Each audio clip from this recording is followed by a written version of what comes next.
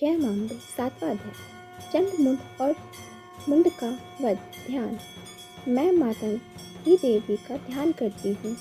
वे रक्त में सिंहासन पर बैठकर पढ़ते हुए तोते का मधुर शब्द सुन रही है। उनके शरीर का वर्णन श्याम है। वे अपना एक पैर कमर पर रखे हुए हैं और मस्तक पर अंधजट धारण करती हैं तथा कहार पुष्पों की माला धारण किए वीणा बजाती हैं।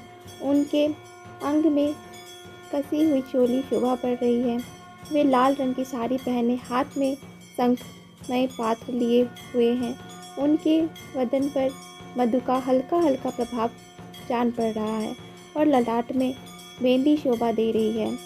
ऋषि कहते हैं, तदंतर शुभ की आज्ञा पाकर वे चंड मुंड आदि दैत्य चतुर्दंडी सेना के साथ अस्त्र शस्त्रों से सुसज्जित हो चल दिए।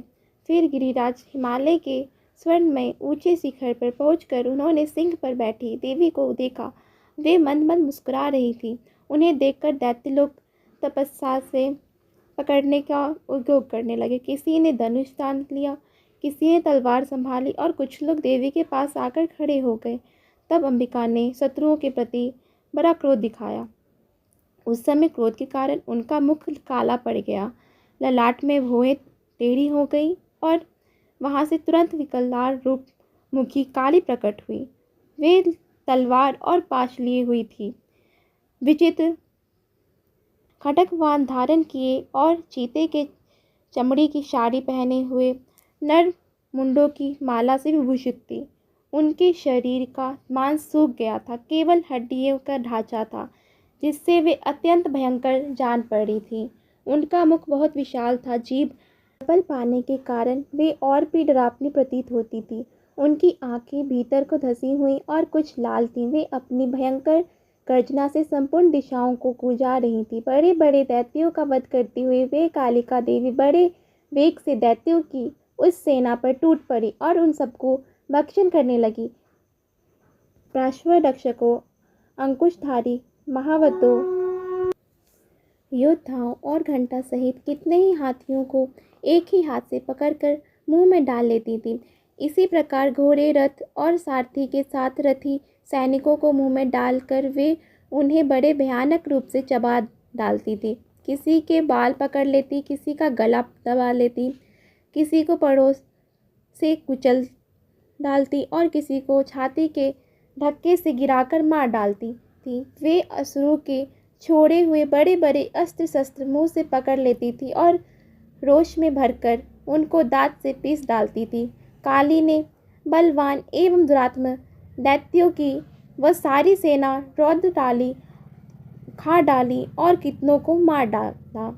कई भाग गए, कोई तलवार के घाट उतारे गए, कोई खड़कवान से पीटे गए और कितने ही असुर दांतों के अग्रभाग से कुचल के जाकर मृत्यु प्राप्त हुए। इस प्रकार देवी ने असुरों की उस सारी सेनाओं को क्षण भर में मार गिराया। यह देख चंड उन अत्यंत भयानक काली देवी की ओर दौड़ा तथा महादैत्य मुंड ने भी अत्यंत भयंकर बाणों की वर्षाओं से तथा हजारों बार चलाए गए चक्रों से उन भयानक नेत्रों वाली देवी को आच्छादित कर दिया। वे अनेकों चक्र देवी के मुख में समाते हुए ऐसे जान पड़े मानो सूर्य के बहुतेरे मंडल बादलों के उदर में प्रवेश कर रहे हों। तब भयंकर गर्जना करने वाली काली ने अत्यंत रोष में भरकर विकट अट्टहास किया। उस समय उनके विकराल वदन के भीतर कठिनता से देखे जा सकने वाली दांतों की प्रभाव से अत्यंत उज्ज्वल दिखाई देती थी। देवी ने बहुत बड़ी तलवार हाथ में ले हा का उच्चारण करते चंड पर दावा किया और उनके केश पकड़कर उसी तलवार से उसका मस्तक काट डाला। चंड को मारा गया देखकर मुंड भी देवी की ओर दौड़ा। तब देवी ने रोष में भरकर उसे भी तलवार से घायल करके धरती पर सुला दिया। महाप्रकार में चंड और मुंड को मारा गया देख मरने से बची हुई बाकी सेना भय से व्याकुल हो चारों ओर भाग गई। तदंतर काली ने चंड और मुंड का मस्तक हाथ में ले चंडिका के पास जाकर प्रचंड अट्टहास करते हुए कहा, देवी, मैंने चंड और मुंड नामक इन दो महापुरुषों को तुम्हें भेंट किया है। अब युद्ध यज्ञ में तुम शुंभ और निशुंभ स्वयं ही वध करना। ऋषि कहते हैं, वहां लाए उन चंडमुंड नामक महादैत्य को देखकर कल्याणमयी चंडी ने काली से मधुर वाणी में कहा, देवी, तुम चंड और मुंड को लेकर मेरे पास आई हो, इसीलिए संसार में चंड चामुंडा के नाम से तुम्हारी ख्याति होगी। इस प्रकार श्री मार्कंडेय पुराण में सार्वजनिक मनवंतर की कथा के अंतर्गत देवी महात्म्य चंड मुंड वध नामक 7वां अध्याय पूरा हुआ। जय मां अम्बे।